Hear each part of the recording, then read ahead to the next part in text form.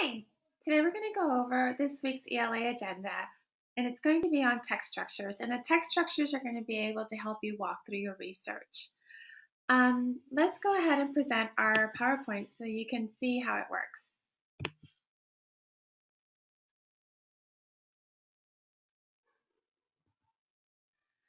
For this week's agenda, we are going to be writing with a purpose, and I would really love for you to have that purpose in mind. As you continue your research on your favorite topics, I would love for you to keep a journal and choose from the following. You can write ideas for future stories, you can write your thoughts and feelings of the day, create a character sketch, write a brief narrative with characters, problems, and dialogue, or maybe just write some poems. In terms of reading, I would love for you to read what you're interested in. I included a couple of informational articles about sports and ways to stop worrying during this time. I hope you find them interesting. I have also included a couple of virtual field trips, and one is to my favorite National Gallery of Art so that you guys can see Edgar Degas' work. He's one of my favorite artists.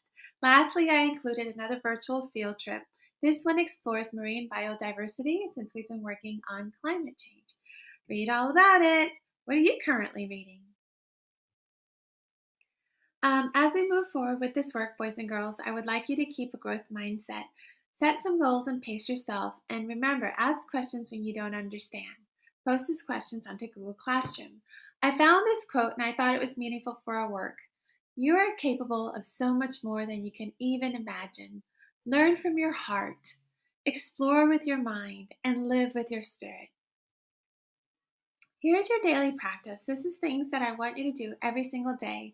Start with a mindful moment. Those are meditations that I found on Insight Timer. Write in your journal for at least 20 minutes a day and read articles that you're interested about. I've listed 2 articles there that you can click on those links. Text structures. We've been working on text structures in the classroom. So here I've included some text structures that will support your writing on your research. Now, as you begin, I want you to give these text structures a try. I've included a slideshow that has a link, and you will find that text structures that are going above and beyond what we discuss in the classroom. Notice the transition words that introduce the text structure as you're reading your articles. Lastly, think about how does the author try to use these structures to connect ideas in their writing.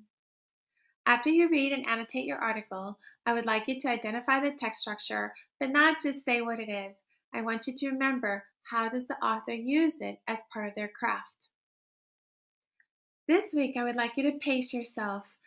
Continue to research your articles on your topic of interest, at least 2 articles a week. Find the text structures that are helpful for you in understanding that topic, and use those to explain your summary. Submit your summaries by Friday for feedback.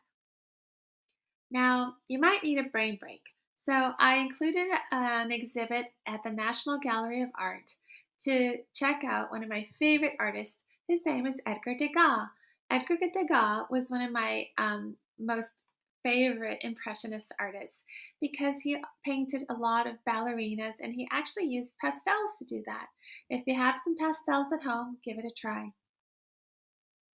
I would love for you to express yourself with art. Keep a sketchbook with drawings. I've included 2 slideshows, one on color theory. This is very important as you begin to work with color. And the second one is on lines and shapes.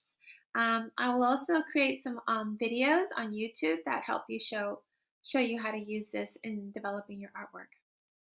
I've included these last couple of things to remind yourself of what you need to do.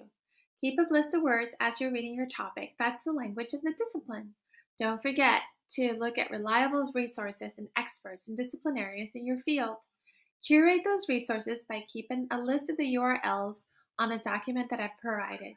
Lastly, as you're doing your research and you come up with your questions, remember to use your key questions. Think about what is the significance, the impact, the importance, or characteristics of the areas that you're studying. Lastly, pace yourself. Research your topic at least once a day to add to your curated resources. Summarize the top 2 articles that you find every single week, and this will add to the resources that you've curated for your website. Don't forget to ask questions if you have any concerns. Thank you so much for being a scholar today. Have a nice day.